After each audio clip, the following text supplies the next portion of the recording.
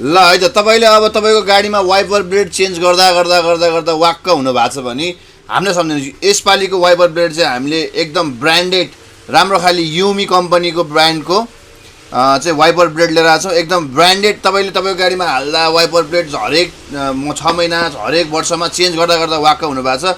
राम्रोसँग काम गरिरहेको छैन भने यो वाइपर ब्लेड चाहिँ हजुरले युज गर्न सक्नुहुन्छ। युमीको ओरिजिनलवाला है, एकदम ब्रान्डेड वाइपर ब्लेड छ। अहिले यो चाहिँ हामीले तपाईँलाई क्रेटा गाडीको सेट लिएर आएछौँ। न्यू क्रेटाको 24 र 18 को साइज डिफ्रेन्ट साइज छ।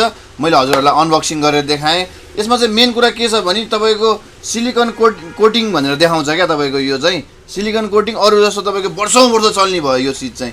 अब यसमा तपाईँको के छ यसरी मेन कुरा चाहिँ यो अरू चिज चाहिँ यसरी जल्छ, यो चिज यो रबर चाहिँ यसरी जल्दैन भनेर देखाएको छ यसमा चाहिँ। अब यो रियलमा पनि हो नै, एकदम बेटर क्वालिटी, एकदम वर्षौँ वर्षसम्म चल्छ यो चाहिँ।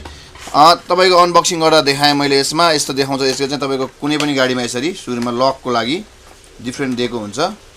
डिफ्रेन्ट गाडीको लागि डिफ्रेन्ट लक भएको हिसाबले चाहिँ यसरी। र मेन कुरा यो चाहिँ कस्तो छ त यो वाइपर ब्लेड भनेर तपाईँको कुनै पनि गाडीमा वाइपर ब्लेड युज गर्न मिल्छ है। यो चाहिँ कुनै पनि गाडी छ भने ल सर्लक्क लाएर यसमा यसरी प्याकिङमा तपाईँको बक्स पनि दिँदो रहेछ यसरी।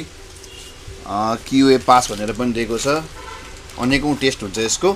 र यो चाहिँ देख्न सक्नुहुन्छ हजुरहरूले यो येल्लो कलरको चाहिँ यसरी निकाल्ने सट्ट लाएर यसको यो येल्लो कलरको भाग निकालिसकेपछि यसको ओरिजिनल चिज चाहिँ ओरिजिनल काम यहाँनिर देख्न सक्नुहुन्छ। यो रबर देख्न सक्नुहुन्छ। यो रबरले हो मेन गर्ने काम तपाईँको। र यसको ब्रान्डिङ देख्न सक्नुहुन्छ यसरी चट्ट लाएर।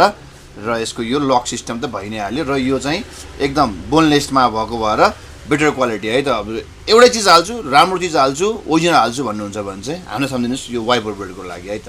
धन्यवाद।